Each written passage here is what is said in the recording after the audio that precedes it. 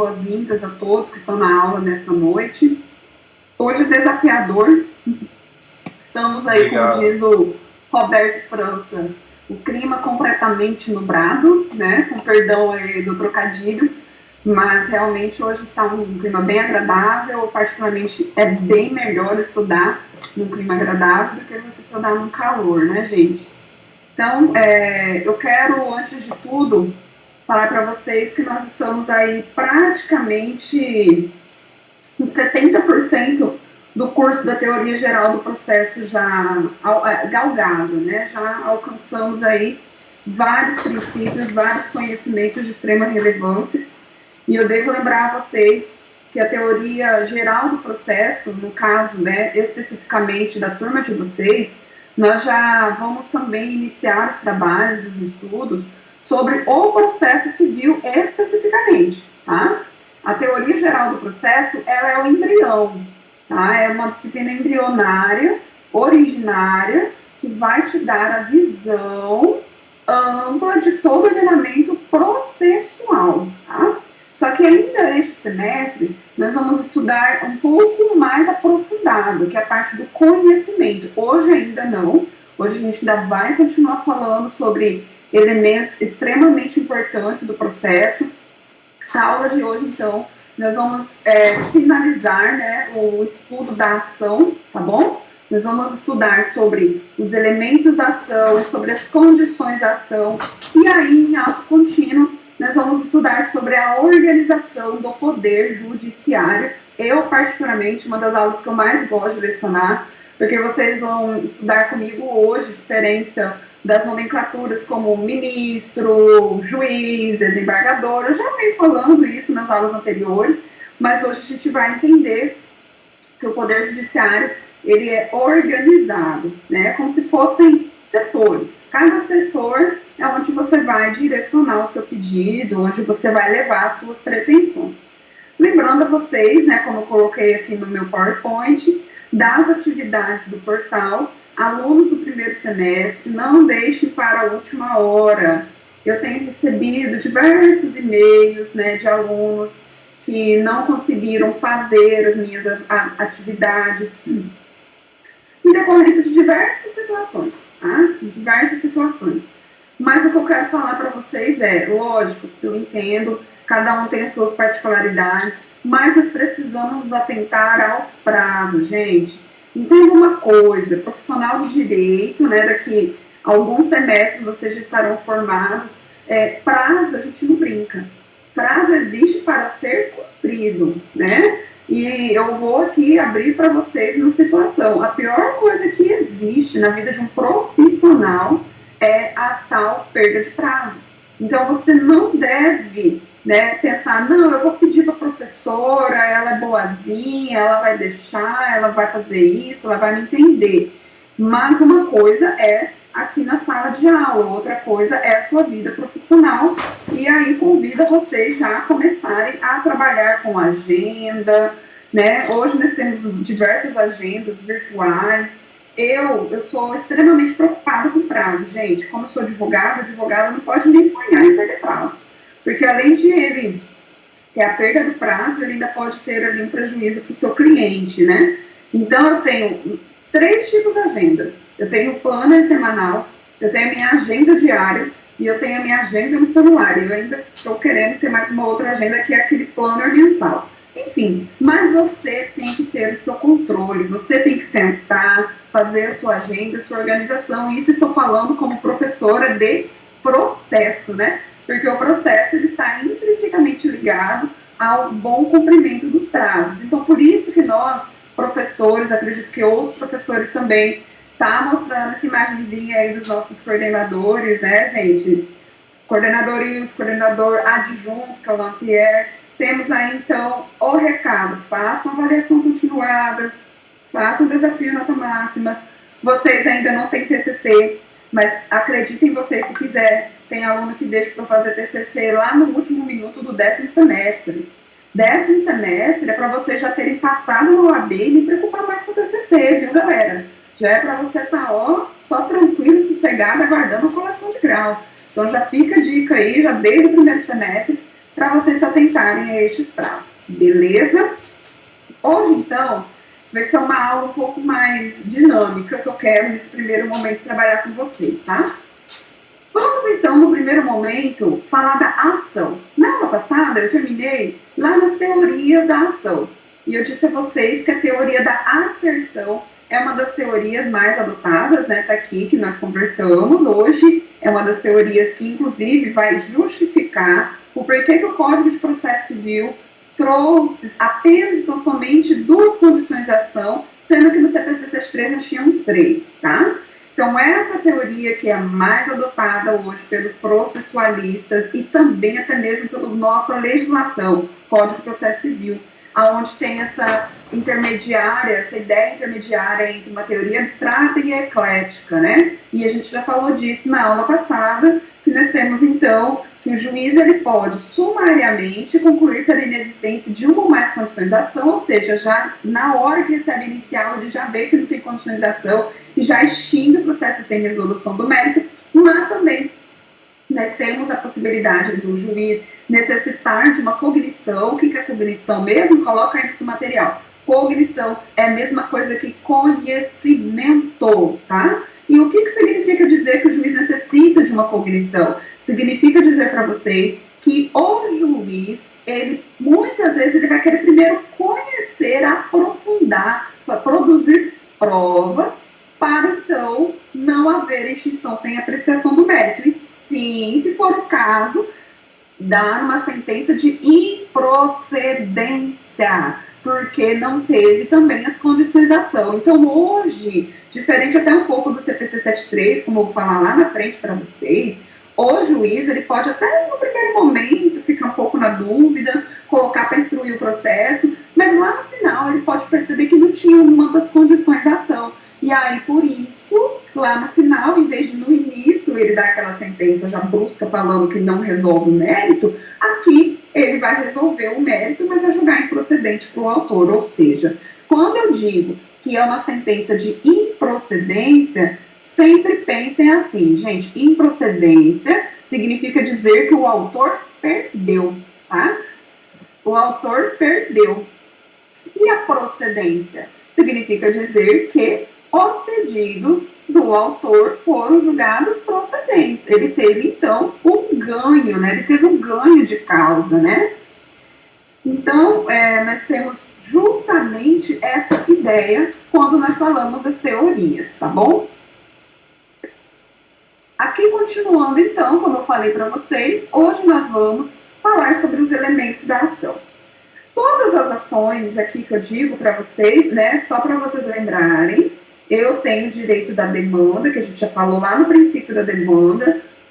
Qualquer cidadão tem direito de provocar o poder judiciário por meio de uma ação, tá? E a gente vai ver qual vai ser o mecanismo hoje da provocação.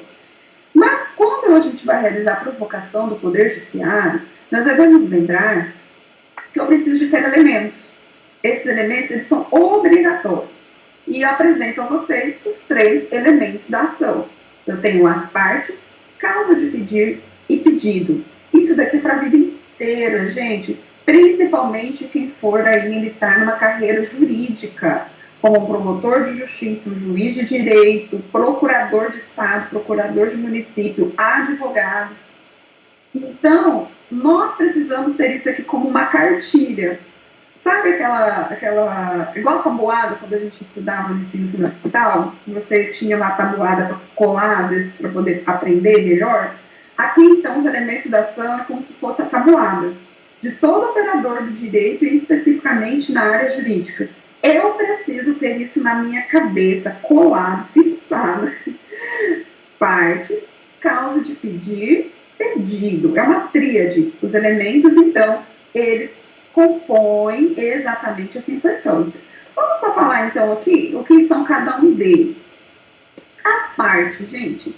As partes é justamente aí o autor que está pedindo, por favor, ele está tendo aqui uma necessidade, ele faz um pedido de tutela. O que é tutela mesmo? Proteção jurisdicional. Ele quer que o Poder Judiciário olhe para o pedido dele e atenda. Então, essa é a parte. parte autora. E o réu é contra quem eu estou pedindo. Lógico, a gente já estudou jurisdição voluntária nas aulas passadas, né? No caso da jurisdição voluntária, nós não temos partes antagônicas, né? Nós não temos autor-réu, mas nós temos aqui um autor, ou os autores, né? Vamos dizer assim, né? Que precisam também dessa tutela, tá? Então, lá na jurisdição voluntária, eu tenho pelo menos uma parte, que é uma parte autora, que pode ser 2 autores, 3 autores e por aí vai, tá bom, gente? Então, obrigatoriamente, seja numa jurisdição contenciosa, numa jurisdição voluntária, eu preciso me ater que deve obrigatoriamente ter quem? As partes. E quem são as partes? Nós já conversamos um pouquinho sobre isso. São os sujeitos parciais do processo, tá? São as pessoas que estão diretamente envolvidas no litígio. Ah, é o nome de quem que está lá? É aquele autor e aquele réu, aqueles autores ou os réus. A gente vai estudar isso também mais na frente, que é a possibilidade de litisconsórcio passivo ou litisconsórcio ativo. Tá? Mas não vou falar agora não, para vocês não se confundirem. Causa de pedir. O que é a causa, gente? A causa é justamente o bem da vida tutelado. E o que é o bem da vida, né? É aquele direito material pretendido. Ah, muitas vezes é o meu pedido de indenização no valor de R$500 mil. Esse é o meu bem da vida. É a cirurgia de urgência que eu preciso realizar. Muitas vezes, enfim, múltiplas possibilidades. Vocês vão ter aí 5 anos e eu tenho certeza que muitos já sabem de vários exemplos de direito material. Então, a causa de pedir, ela corresponde ao bem da vida tutelado pelo autor. O que eu quero? Qual é a minha necessidade? Certo? E a providência jurisdicional apta a outorgá-lo, usualmente chamado de pedido imediato. Então, destaca isso daqui, ó, gente. Eu tenho como causa de pedir, dentro da causa de pedir, eu tenho o pedido imediato e o pedido imediato. O que seria esse pedido imediato? É o direito material pretendido, tá? A indenização de R$500 mil que eu preciso, a realização da cirurgia que eu preciso, por aí vai, tá? Vários exemplos que a gente pode colocar aqui como pedido imediato. E o que é o pedido imediato? Ele tem natureza processual, tá? Processual.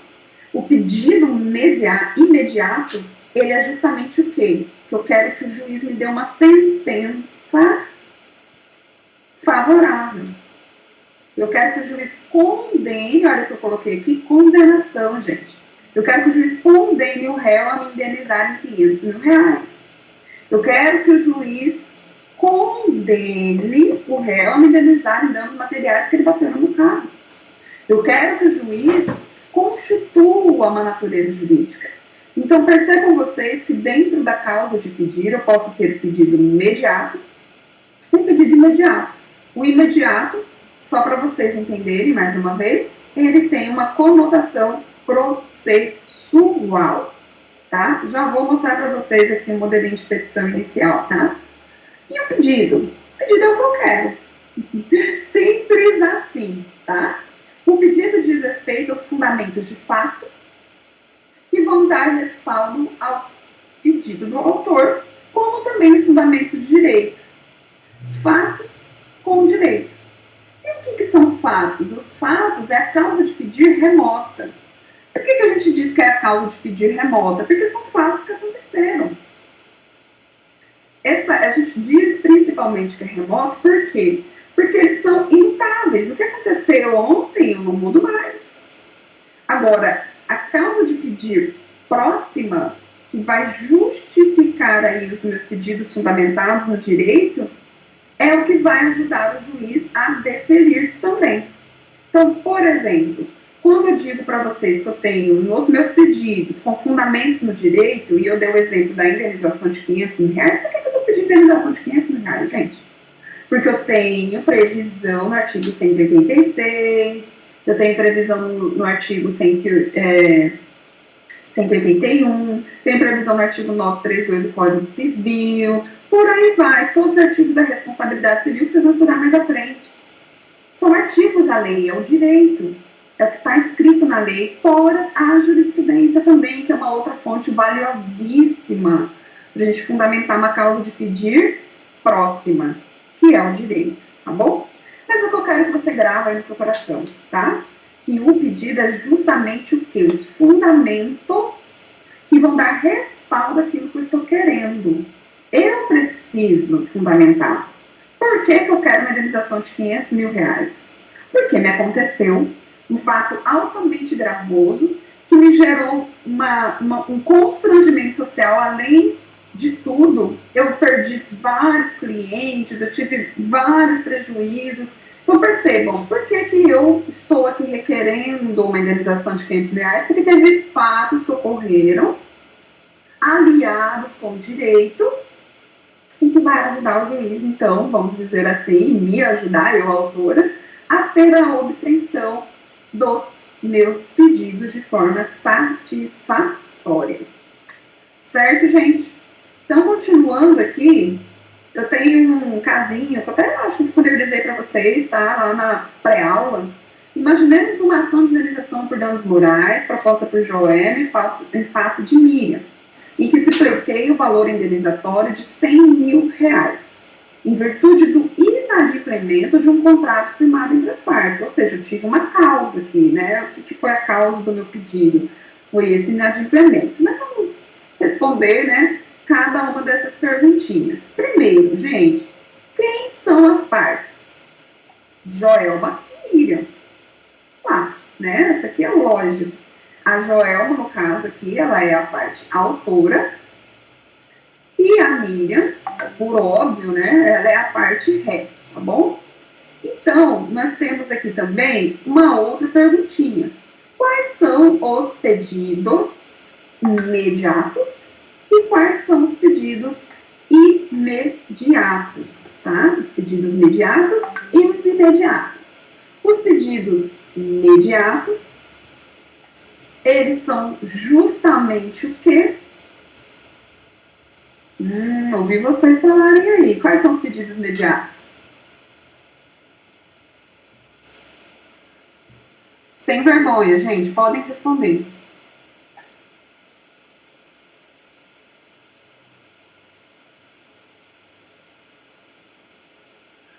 Vamos lá. Os pedidos imediatos é isso aqui, ó.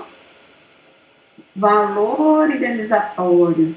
É o que eu quero, né? O imediato, é aquilo que eu estou pedindo, né? Os R$ 100.000.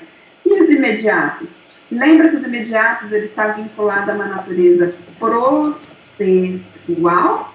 Então, eu quero que o juiz me dê uma sentença que vai reconhecer, que vai condenar a ré Miriam a me indenizar. E a causa de pedir? Causa de pedir aqui é bem tranquilo, né, gente? A remota é justamente o quê? Ó, essa historinha aqui que eu vou contar para o juiz. Inadimplemento do contrato. Foi lá atrás, já aconteceu. E qual é a causa de pedir próxima, né? Que é justamente aí o direito, né? É a responsabilidade civil. Os danos morais, né? Vai violar meus danos, vai ter uma violação à minha intimidade e que vai justificar, até se for o caso, o pedido também de danos materiais. Aqui não foi muito específico, né? Só pediu danos morais, mas eu posso falar também uma possibilidade de danos materiais. Professora? Sim. Aqui o meu computador aqui travou. Quais são os pedidos imediatos? Então, o valor é o imediato e a causa o imediato? Eu não entendi. Não, vou te explicar mais uma vez, tá? O pedido imediato, é quando tem natureza processual. No caso, o que você vai pedir, né, Ana Carla? Você vai pedir para o juiz dar uma sentença condenando a Miriam a te indenizar. Isso é o pedido imediato. Agora, o pedido imediato é o bem da vida tutelado. E o que a Joelma estava querendo que a Miriam faça? É o pagamento, ó, por danos morais, o efetivo pagamento no valor de R$ 100.000. Ah, tá, obrigada. Por nada. Bom, gente, se vocês tiverem mais alguma dúvida, tá? Fiquem à vontade para abrir o microfone, me perguntar, que eu estou aqui para ajudar vocês, tá bom? Então, vou continuar, tá? Já exemplificamos os elementos de uma forma mais técnica. Agora eu quero falar para vocês quando que a gente vai fixar a competência e os elementos da ação. A competência que nós estudamos na aula passada. Quando que eu vou fixar a competência do juízo, né? Do juízo, para onde que eu vou? E os elementos da ação. Se você tiver com o seu VADMEC, te convido então a abrir o seu VADMEC lá no artigo 319. Se você tiver no computador, pode abrir no site do Planalto, tá? Olha os elementos aí que eu tenho da ação, né? Onde que eu vou identificar os elementos da ação? O Código de Processo Civil, ele diz o que deve constar na minha petição inicial. Lembrando a vocês, gente, que a ação, toda a ação, ela vai começar com uma petição inicial, tá? E o que vai constar? O juiz aqui é dirigida, os nomes, pronomes, aqui eu digo que é a qualificação, tá? Do autor e réu, inclusive endereço eletrônico, o fato, os fundamentos jurídicos, o pedido com as suas especificações, o valor da causa, as provas que pretende produzir e a opção do autor para a realização ou não da audiência de conciliação ou de mediação, tá? Eu vou dar uma paradinha rapidinho aqui, porque eu quero compartilhar com vocês a petição inicial, onde nós podemos ver claramente, né, os elementos que eu acabei de ler, que estão aí, né, dispostos para nós no artigo 319. Gente, essa aqui é uma petição inicial que eu comumente realizo, tá? Se vocês quiserem, eu posso, enfim, compartilhar com vocês, mas é um modelo que eu adaptei no meu escritório, né, que, como vocês sabem, eu tenho aí atuação na advocacia, né? Outros professores têm atuação em outras áreas, mas a grande maioria dos mestres, né, que vocês terão aí no curso de Direito são advogados.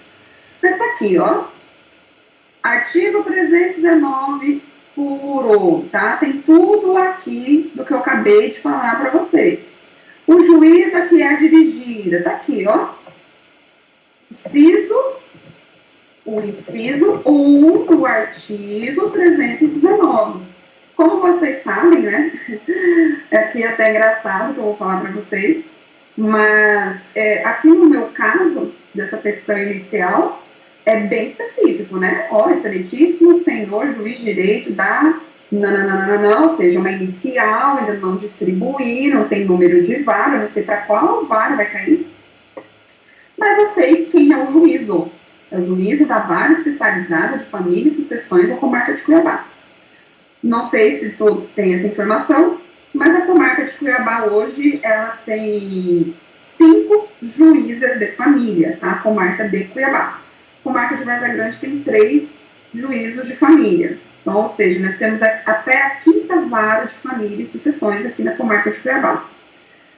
Outro elemento que está lá no artigo 319, inciso 2 do artigo 319, qualificação, tá bom? Tá aqui a qualificação, tudo que tá lá, gente, ó. Nacionalidade, estado civil, profissão, documentos pessoais, endereço, né, que é o residente domiciliada, endereço eletrônico, que é uma exigência também, você colocar o e-mail da parte autora, no caso aqui é a parte autora, aqui é o nome, né, que eu dei para ação, tá?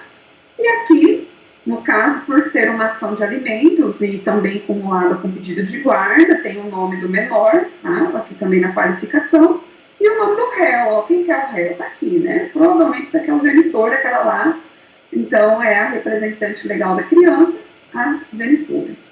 Outros elementos que a gente acabou de falar, então, conforme o artigo 319, está aqui. Inciso 3, tá? Os fatos e o fundamento jurídico do pedido, que é justamente o que, gente? O que a gente acabou de falar, tá? Os nossos pedidos estão aqui fundamentados pela causa de pedir. Então, eu vou ter aqui uma narrativa da historinha, tá bom? Ó. Requerente e requerido tiveram um relacionamento, como é uma ação de alimentos que eu estou pedindo, então a gente vai fazer uma historinha, vai falar que o pai está se negando a pagar e por aí vai. Essa daqui, gente, é aquilo que eu acabei de falar para vocês, tá? É a nossa causa de pedir remota, tá bom? Causa de pedir remota. É o fato que aconteceu lá atrás. Ninguém vai modificar o fato da criança ter nascido, por exemplo. E ninguém modifica o fato da criança precisar de alimentos. É um outro exemplo, né? E aqui a causa de pedir próxima. Causa de pedir próxima, que vai fundar os meus pedidos de natureza processual, que é os fundamentos jurídicos. Nos fundamentos jurídicos, o que eu vou fazer? Olha aqui. Eu vou citar artigo de lei, vou citar a Constituição Federal, vou citar a lei infraconstitucional. Isso daqui é uma dica, gente, para toda e qualquer petição inicial, tá? A grande maioria dos direitos infraconstitucionais, que são as leis abaixo da Constituição, vai ter um princípio ou vai ter uma disposição prevista na Constituição.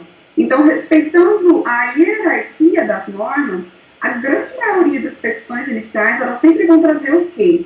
Primeiro artigo da Constituição e depois artigo das leis infraconstitucionais, no caso aqui, Código Civil, tá? Ó, direito material, tá? Direito material, que é justamente, né, o meu pedido mediato. Aquilo que é o pedido mediato. É o meu direito material pretendido, tá bom? E aqui, né, lógico, tem toda uma narrativa justificando por que está pedindo aquele valor de alimentos. Mais uma vez, o binômio possibilidade e necessidade, acredito que muitos já viram falar, e quando vocês tiverem a disciplina de direito de família, vocês vão ouvir falar também, tá bom?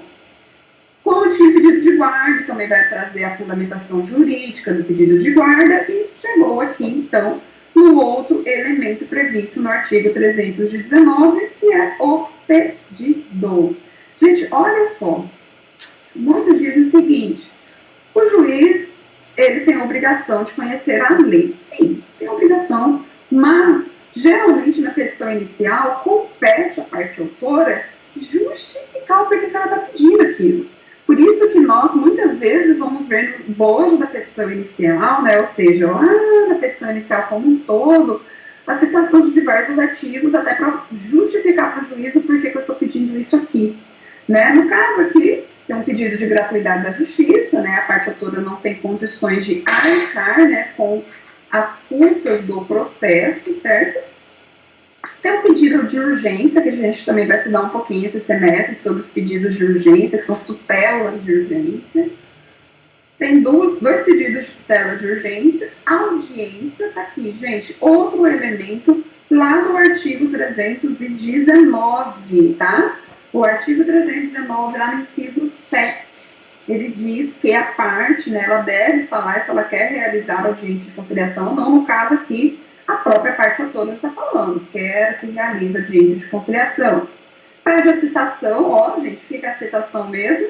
Citação é o primeiro ato do processo, é onde vai começar o efetivo contraditório. Citação está ligada ao contraditório da parte ré. Eu preciso chamar o réu para se defender, para o C de contestar. Ele vai ser citado para comparecer na audiência de C, conciliação, e, se não tiver acordo, ele vai, ó, o C de novo, contestar. Como trata de interesse de menor, esse aqui vocês vão aprender um pouquinho mais à frente comigo também, o Ministério Público, ele deve se manifestar, tá? Interesse de menor, vocês viram uma criança que está aí requerendo alimentos por meio da representação da sua genitora. E aqui, olha só o que apareceu, gente, o pedido de natureza processual que eu acabei de conversar com vocês, que são os pedidos imediatos, que eu quero imediatamente. Além das tutelas de urgência, os pedidos liminares, o que eu quero é que a ação seja julgada totalmente procedente. Que todos os meus pedidos sejam julgados totalmente procedentes. Quero fixação da guarda compartilhada, quero fixação do direito de convivências, e eu quero que a liminar que o juiz me deu seja confirmada aqui.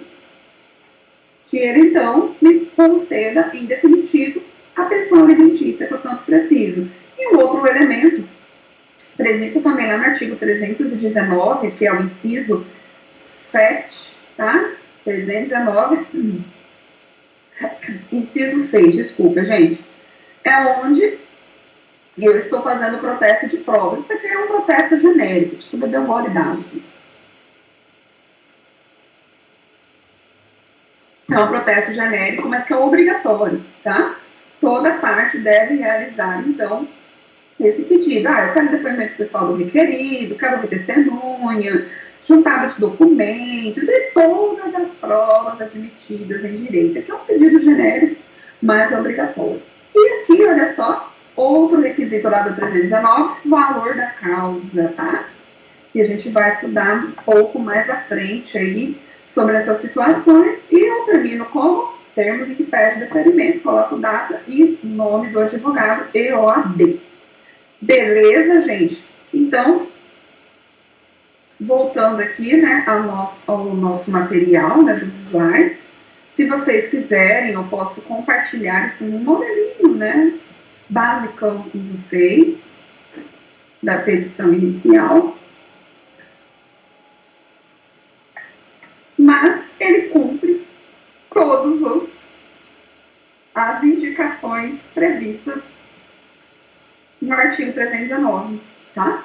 Então, ao invés de eu ficar apenas, somente lendo o artigo, eu preferi apresentar para vocês na prática, por meio do modelo de uma inicial, as indicações obrigatórias da lei. Beleza, gente? É possível eu alterar os pedidos depois de distribuir a ação? Observem vocês. Eu tenho duas possibilidades previstas na lei, tá? Eu tenho, então, lá no artigo 329, dois momentos. Eu, parte autora, posso alterar o pedido ou até mesmo a causa de pedir se não tiver ocorrido a citação. Tá bom? Destaca essa informação, ela é extremamente importante. Se não tiver ocorrido a citação, ótimo, então eu posso alterar. Ou aditar, né? Aditar, então, é eu ampliar esse pedido, fazer o aditamento, né? Ou a exclusão.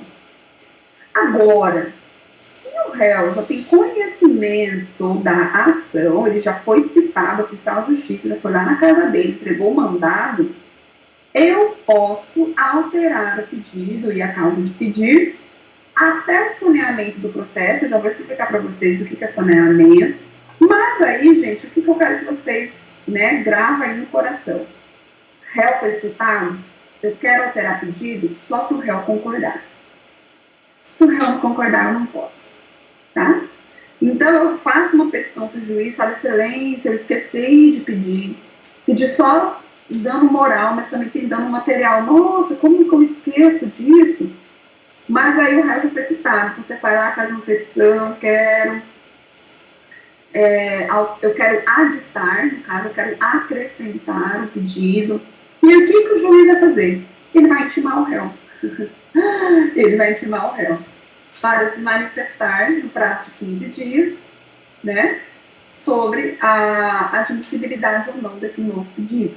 Só que cuidado, eu só posso alterar o pedido, olha só, e isso é mesmo se o réu concordar, até o saneamento do processo. O que seria, né, gente, esse saneamento do processo? Saneamento é uma decisão do juiz que fixa os pontos controvertidos. Eu sei que às vezes eu falei em inglês para vocês, tá? Mas, ó, essa decisão que fixa os pontos controvertidos é mais ou menos assim. Quando eu tenho já no processo petição inicial, vou colocar aqui, tá? Abreviar. Eu já tenho aqui a petição inicial, teve realização de audiência de conciliação, não teve acordo, já teve o que? A contestação, tá bom? Falando aqui o rito como ordinário, para vocês. Qual é o procedimento padrão, tá? Contestação. O autor impugnou, impugnação, a contestação. De tudo isso, vamos dizer assim, vai vir um quê? Um despacho saneador. Está aqui, ó, saneamento do processo. É o despacho saneador. É quando o juiz faz o seguinte, gente.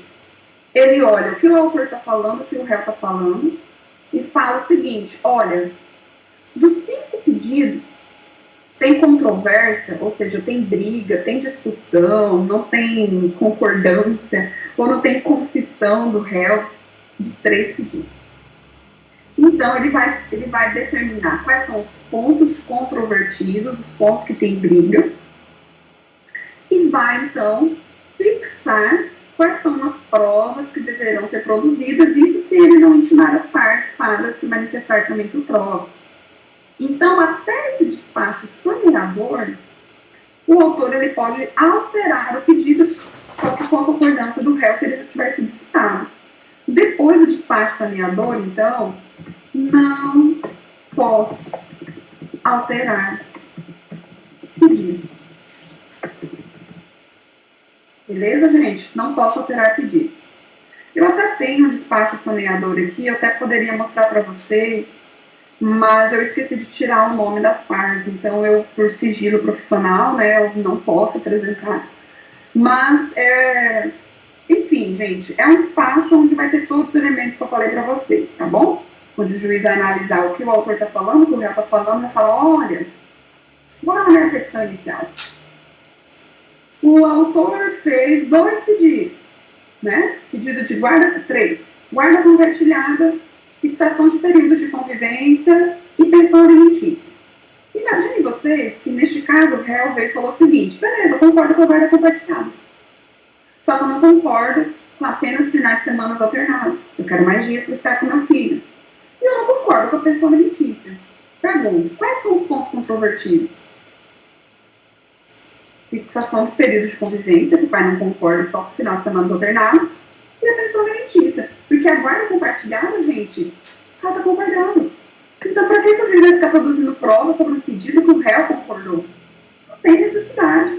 O juiz já pode até entender que o réu concorda e já fixar uma guarda compartilhada.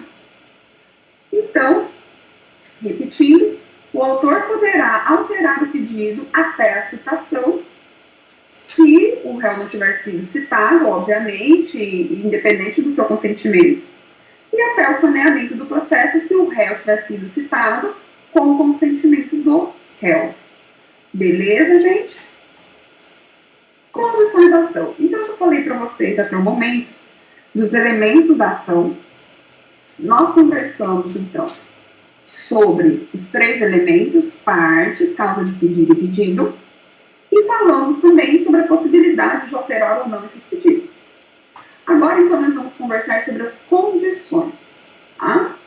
O que seriam condições, gente? São pressupostos para que essa ação ela seja apreciada, para que essa ação tenha uma sentença favorável ou desfavorável, mas de mérito.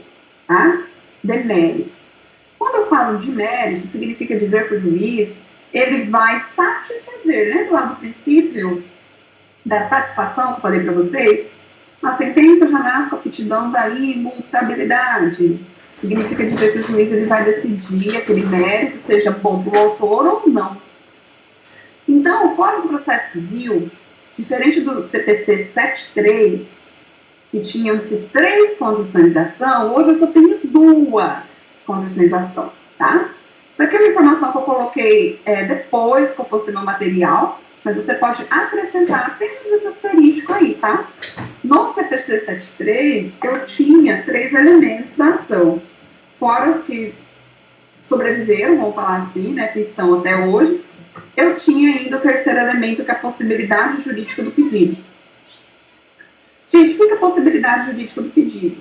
Se é um pedido fora da lei, é um pedido totalmente fora do nosso ordenamento jurídico brasileiro, o juiz, observando isso, já quando pega a petição inicial, o que ele poderia fazer quando estava ainda sob a vigência do CPC 73? Ele já julgaria o processo sem resolução do mérito, já acabava com tudo ali. Não significa dizer que a possibilidade jurídica do pedido não existe mais. Não, não é isso que eu estou falando. A possibilidade jurídica do pedido vai ser analisada pelo juiz com o transcurso do processo. O processo andando, o processo tramitando, o juiz vai poder analisar perfeitamente. Mas nós não temos mais a possibilidade jurídica como uma condição da ação. Tudo bem? Atualmente, então, as condições da ação elas são inseridas ao lado dos demais pressupostos processuais, que é o que eu acabei de falar para vocês. Vou entrar com a ação. Além de eu ter os elementos, eu preciso ter as condições. Para a análise do mérito, então, o juiz não deixou de analisar as condições da ação, tá? Teoria da asserção. O juiz, ele pode, tá? Lá na sentença de mérito, analisar a existência ou não das condições da ação e julgar o processo sem resolução do mérito. Ou com resolução do mérito, se for o caso. Hoje, então, eu tenho duas condições da ação. Eu tenho uma legitimidade para a causa e eu tenho um interesse processual. Vou repetir.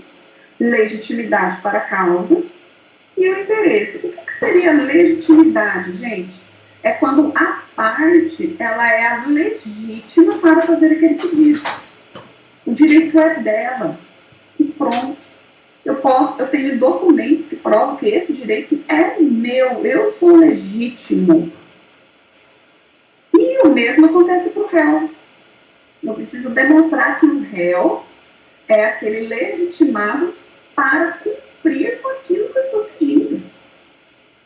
Eu tenho dentro da legitimidade para a causa duas classificações, a ordinária e a extraordinária. Me segurei que eu já vou explicar para vocês, tá? E o interesse processual é justamente o interesse naquele processo, justamente a minha necessidade. Tá? Então, no primeiro momento, vamos entender o que é essa legitimidade, que é tão necessária, que é tão útil e que pode, inclusive, até extinguir um processo quando uma parte não tem legitimidade. A legitimidade para a causa ela está ligada, então, diretamente ao direito material tutelado, né, que eu acabei de falar para vocês. Eu que sofri o constrangimento, eu que fui humilhada em público, o que eu estou falando aqui? De uma ação de indenização por danos morais. É o meu vizinho que está ferindo no meu lugar? Não. Quem foi constrangido fui eu. Quem passou por uma lesão à minha honra foi aqui a pessoa, né, vamos dizer assim. Então, gente, é esse direito material. Eu sou o dono, eu sou o titular desse direito material. Então, por isso que a legitimidade está ligada justamente àquele que tem direito material violado. Já a legitimidade para o processo diz respeito à capacidade processual para exercício de direitos em juízo. Então, aqui eu estou falando de duas legitimidades para vocês. Eu tenho a legitimidade para a causa e eu tenho a legitimidade para o processo. A legitimidade para o processo é a minha capacidade processual para exercício de direitos em juízo. Eu preciso, muitas vezes, gente, ter alguém que me represente. Vou voltar no meu exemplo da minha inicial. De quem é o direito à pensão alimentícia? É da mãe ou da criança? Da criança? Exatamente. É da criança. Mas a criança, ela tem capacidade processual para exercer os seus direitos em juízo sozinha? Não tem, né, gente? Óbvio que não tem. Então, por isso que quem tem legitimidade para a causa é o menor, o direito é dele. Mas para o processo ele não tem. Ele precisa de alguém que tenha capacidade para exercer, então, o seu direito material em seu nome, que é justamente isso aqui, capacidade processual para exercício de direitos em juízo. Ah, completou 18 anos, tudo bem, ótimo. Ele, então, pode ter as duas, legitimidade para a causa como legitimidade para o processo. Tá bom? Então, a legitimidade, aqui a gente já entendeu a diferença entre a legitimidade para a causa e para o processo. E o que é a legitimidade ordinária? Tá? O titular do direito é o mesmo titular do meio de ação utilizado para a sua tutela, que é quando ele cumula para a causa e para o processo. E a extraordinária é a substituição processual. O titular do direito material é diferente do titular do direito de ação. Aqui, gente, fora esse caso que eu falei para vocês, tá? De representação pelos genitores, né, que é ali os responsáveis legais pelos menores, eu posso colocar aqui para vocês também um outro exemplo, sindicatos. Né, sindicato dos professores, sindicato dos servidores públicos. Vocês veem direto essa situação acontecendo, né? De sindicatos que eles têm essa legitimidade extraordinária e muitas vezes eles estão agindo em benefício de diversos sujeitos daquela categoria, né? Então, destaquem bem isso daqui, isso aqui também é outro conteúdo extremamente importante, tá, gente? E o interesse processual? O interesse processual ele está ligado à necessidade, como eu disse para vocês, e utilidade do provimento. Ou seja, eu tenho uma necessidade, mas não é somente uma simples necessidade. Esse provimento ele vai me ser útil, somando-se à adequação do procedimento para a busca do direito tutelado. O que significa isso aqui, gente? Adequação do procedimento. Eu preciso escolher o procedimento adequado. Procedimento adequado. E quem que vai me falar o procedimento adequado? O CPC 15. Tá? Ele está ligado ao rito do processo. Esse processo vai ser um processo de conhecimento, vai ser um processo de execução, ele vai ser um processo de procedimento especial, vocês vão estudar isso tudo nos 5 anos do curso de Direito. Tá? Mas eu tenho processo que ele tem rito especial. Então, o interesse processual ele não está ligado apenas e tão somente no elemento material, tá? Que é essa necessidade, né? Aquele bem da vida que foi violado, ou a lesão, ou a ameaça de lesão ao meu direito. Mas também ele está ligado, desculpe, à adequação do procedimento. Vou dar um exemplo bem simples para vocês, tá bom? Eu tive uma lesão praticada por um ente público. Uma lesão ao meu direito praticada por um ente público, por meio de um ato administrativo. Qual é o rito? Qual é o procedimento que eu devo buscar para ter o tutela do meu direito? Assim, falando de forma grossa, né, com vocês, sem entrar em detalhes. Mandado de segurança. O mandado de segurança tem uma lei especial que vai falar qual é o rito procedimental adequado para fazer o pedido do meu MS. E o mandado de segurança é uma das coisas que mais acontece, tenho quase certeza que muitos já ouviram falar, né, que é o que mais tem ocorrido, né, nos últimos anos como um remédio constitucional, né. Então tá aqui, gente. Qual é o artigo que eu tenho a previsão das condições da ação? Artigo 17, tá? Para postular um juízo é necessário ter interesse e legitimidade, certo? Leia-se interesse processual, seja na esfera do direito material, como na esfera também do direito procedimental, certo? Pessoal, alguma dúvida até aí? Ô, professor, naquele caso que você estava falando da possibilidade jurídica, se tiver um processo desse hoje, ele não pode ser julgado improcedente de cara? Olha só, hoje não mais com fundamento por ausência das condições da ação, tá?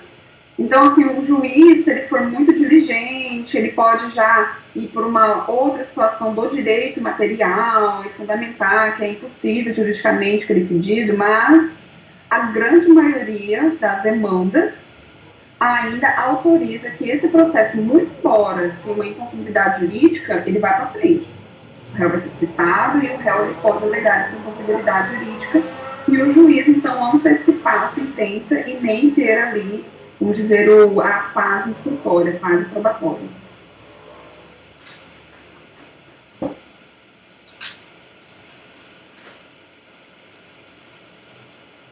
Consegui te explicar? Mais ou menos. É porque assim, Flávio, o que acontece? A possibilidade jurídica, ela não é mais uma condição da ação, entendeu?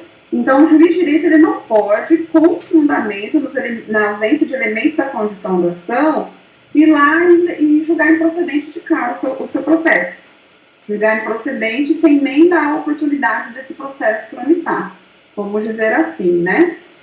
Então, o que acontece? Hoje nós vemos uma possibilidade muito maior desse processo tramitar até o final, e lá no final o juiz reconhecer que esse pedido ele é impossível e aí ter uma sentença, né, que vai julgar totalmente improcedente, mas aí o que vai ter? Uma resolução do mérito. Eu acho que muitas vezes o que deve estar ficando um pouco confuso na minha explicação, e aí eu vou já aprofundar um pouco mais nisso para vocês entenderem, é que é o seguinte: lá no CPC 73, quando nós tínhamos a previsão desses 3 elementos, o que o juiz fazia? Ele julgava, podia ter a sentença, tá, já de plano, sem nem citar a parte contrária, então ele ia ter uma sentença de improcedência sem resolução do mérito. Vou até escrever aqui, ó. Nós tínhamos, então, uma sentença de improcedência sem resolução do mérito. O que significa dizer isso? Ele não resolveu o mérito. Então, o réu ele pode entrar de novo com a ação, com a mesma ação. Porque a sentença sem resolução do mérito, ela não faz coisa julgada material, porque não decidiu a matéria. Como se o juiz falasse, eu nem conheço disso daqui, sem resolução do mérito.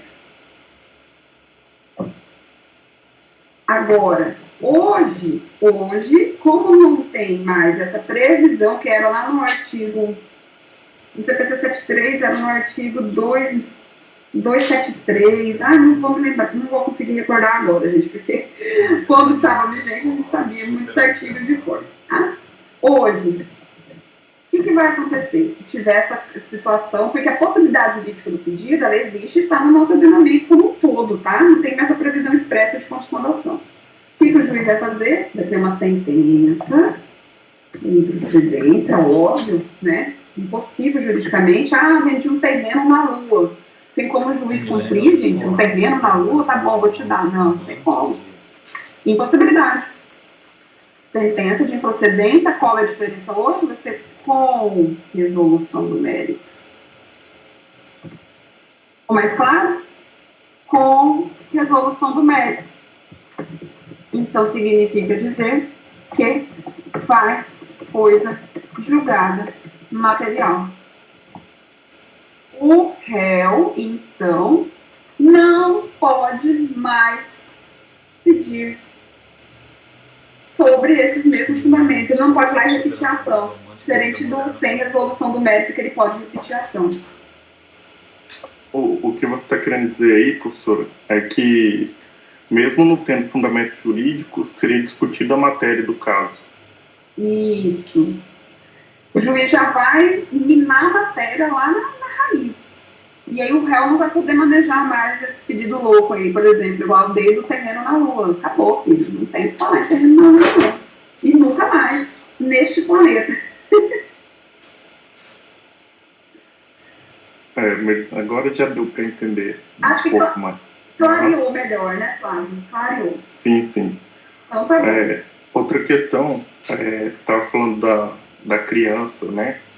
Quando entrou com ação e a criança, ela não tem personalidade ainda, né?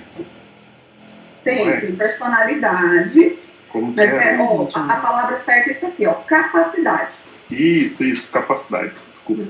Nesse caso, quando vai lá no processo, vai para o autor o nome da criança e do responsável?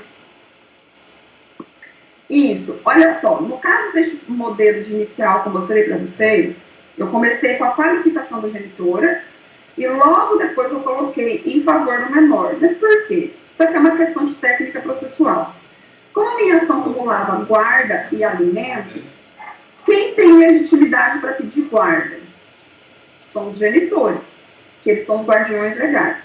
Quem tem legitimidade para pedir alimentos, pensão alimentícia? Quem tem a necessidade dos alimentos, no caso a criança. Imagina, Flávio, eu digo para todos vocês, você vai entrar com uma ação pedindo só pensão alimentícia, por exemplo. Então, você vai colocar a qualificação do menor primeiro e depois vai colocar, vem por meio do seu representante, né, vou colocar o nome do representante, que é o pai ou a mãe. Entendi. Beleza? Pessoal, mais dúvidas? Podem ficar à vontade, este é o momento.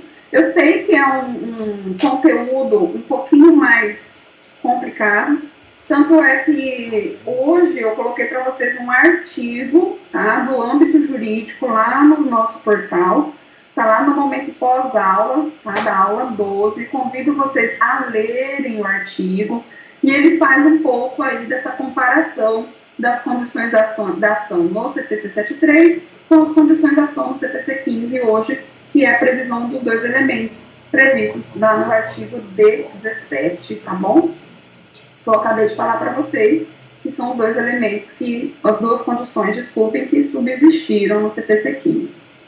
Vou realizar bem rapidinho essas atividades com vocês. Professora. Oi? Diga. Desculpa, agora eu fiquei com dúvida. Nessa questão da possibilidade jurídica do pedido, você notou que ele tem, antes era sem resolução do mérito, e agora é com resolução do mérito, né? Isso, se fosse reconhecida de início, você distribui a ação, o juiz já vê que o seu pedido era impossível juridicamente, então no antigo CPC 73 já autorizava o juiz de plano já dar uma sentença sem resolução do mérito, que não fazia coisa julgada material. Certo, mas essa impossibilidade jurídica do pedido nada tem a ver com legitimidade para a causa e interesse processual, né? Era outro item. Isso, é outro item. Ah, tá, obrigada. Por nada.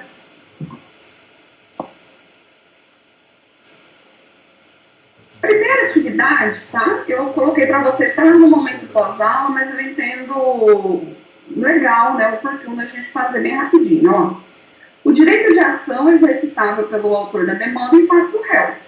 Gente, essa é uma assertiva, está correta, né? O meu direito de ação eu vou exercitar em face de alguém. Quem é esse alguém? O réu, que são as partes.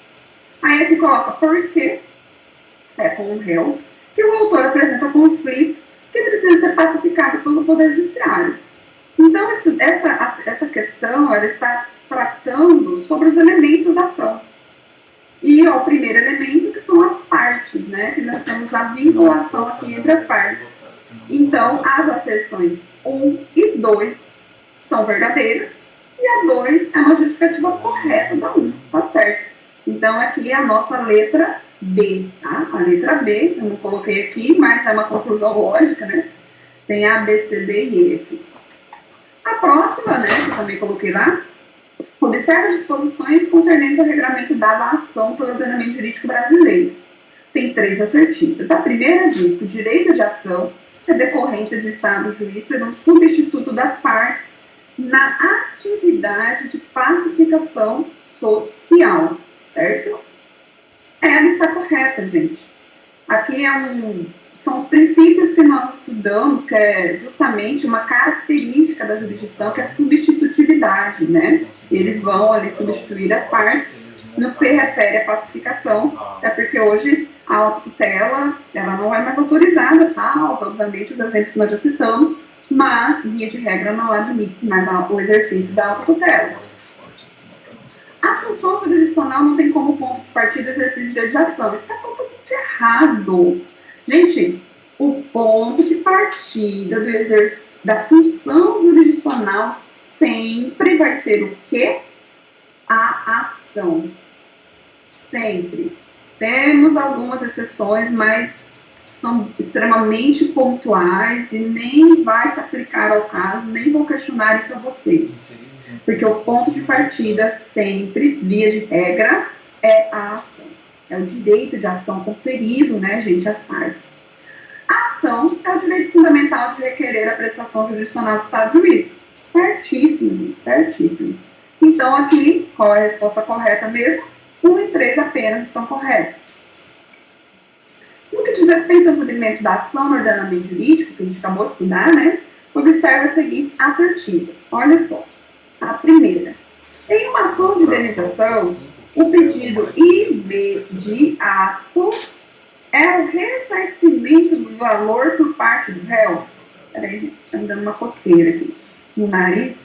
Pronto, desculpa. Em uma ação de indenização, o pedido imediato é o ressarcimento do valor por parte do réu? Não. Esse é o pedido mediato, tá? Mediato. O imediato, ele tem natureza o quê? Processual, tá? Sempre associa isso. O 2. Em uma ação de investigação de paternidade, o pedido mediato é ser sanada qualquer dúvida acerca do réu ser pai do autor. Isso mesmo. Esse é o pedido imediato. Eu quero que seja sanado qualquer dúvida em relação ao réu ser meu pai ou não. E o 3, em uma ação de anulação de casamento, o pedido mediato é a desconstituição do casamento. Também está certo. No caso aqui, gente, só para a gente poder, né, já sabemos a resposta certa, é a 2 e a 3. Apenas, né, que é a letra B. É só para a gente poder fazer um raciocínio invertido, tá? Aqui no caso da 1, então, para ela ser correta, deveria constar assim: em uma ação de indenização, o pedido mediato é o ressarcimento do valor por parte do réu. E qual seria o pedido, então, imediato? É a sentença condenatória. Ação de investigação de paternidade. Qual é o pedido imediato? É a sentença que vai o quê? Declaratória, para declarar a paternidade, para reconhecer a paternidade. Aqui, então, para a desconstituição do casamento, no caso de uma anulação, também é uma sentença, o pedido imediato, uma sentença declaratória. Eu quero que o juiz declare que o meu casamento é nulo. E com essa nulidade, não vou ser nem divorciada, só para vocês entenderem a diferença, tá? Aqui no caso vai voltar ao status quo antes. Volta a ser solteira, não é um divórcio. Tá? Então é isso, gente. Estou aqui então concluindo com vocês, tá? O que nós conversamos sobre as teorias da ação, o que é a ação, qual é o conceito, os elementos, as condições da ação, tá? Quando que o réu pode alterar pedido, quando ele não pode.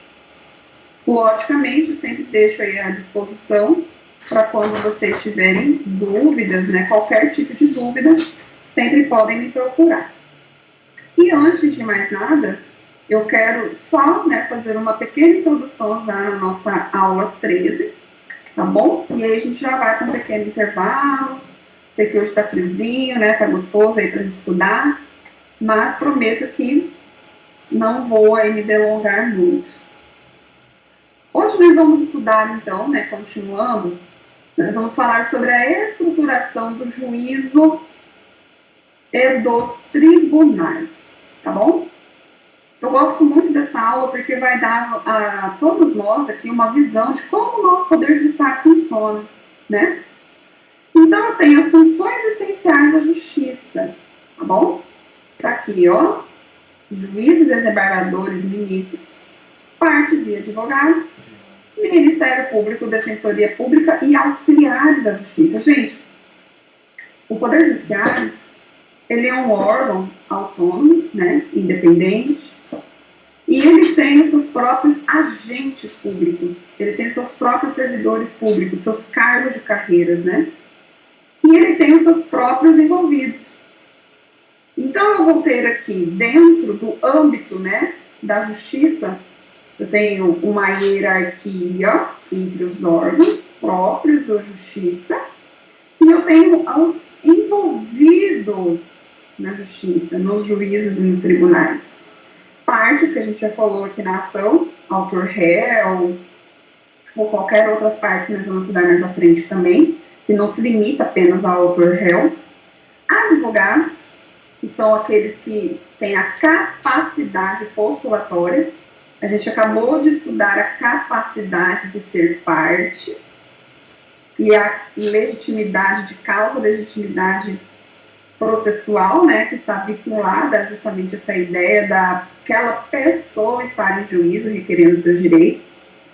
Mas, entenda uma situação. A pessoa precisa também de ter quem? Um advogado. A gente vai estudar isso hoje. Que é justamente aquele que tem capacidade postulatória. Tá? Vou colocar aqui. Todo advogado tem capacidade postulatória, que é postular em nome do seu cliente o direito dele. Bem, o Ministério Público, tá? O Ministério Público, Defensoria Pública e os auxiliares da Justiça, tá bom? Então vamos começar aqui com o conceito geral, tá? Da organização judiciária.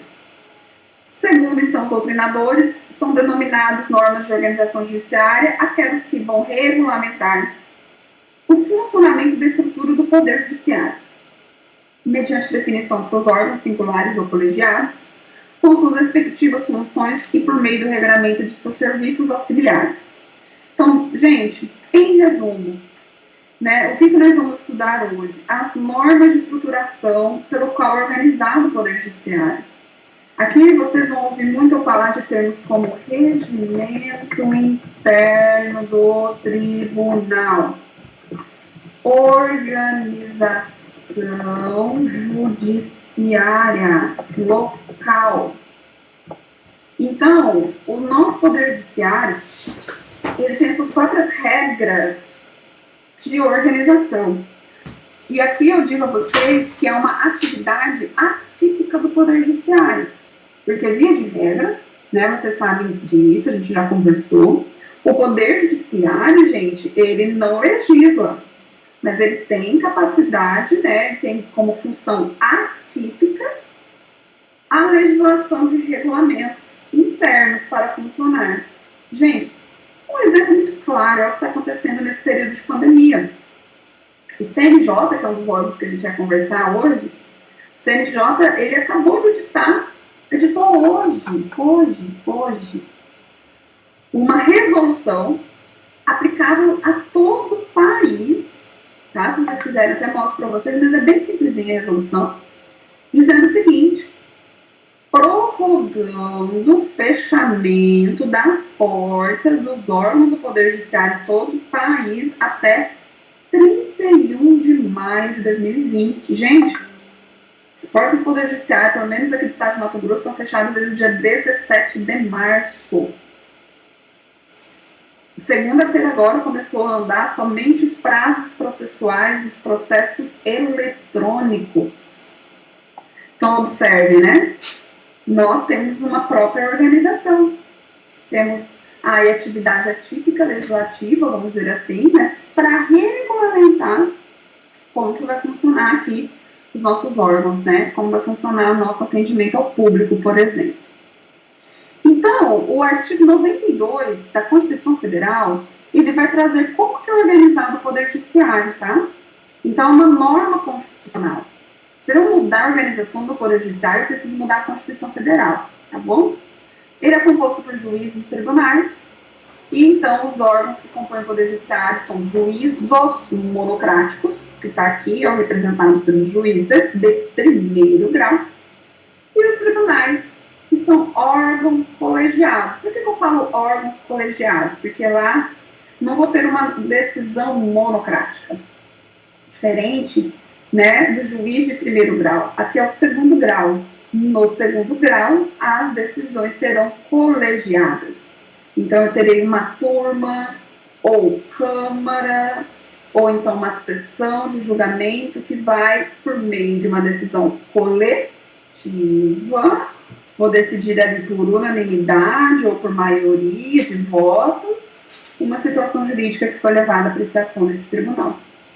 O artigo 92, tá, ele traz aqui para nós todos os órgãos do Poder Judiciário, STF, CNJ, STJ, TST, TRF, juízes federais, tribunais de juízo do trabalho, que são os TRTs, tribunais e juízes militares, os tribunais de juízes do Estado, do Distrito Federal e territórios. Então, vamos fazer uma pequena pausa aqui, e aí a gente vai voltar e estudar cada um destes órgãos do Poder Judiciário. Tá bom, gente? Daqui uns 20 minutinhos nós retornamos, agora são 8h15, 8h35, retornaremos às nossas atividades, tá bom? Vamos lá, toma um café, vamos dar uma arejada na cabeça e já volto. Ok, professora, até daqui a pouco. Até.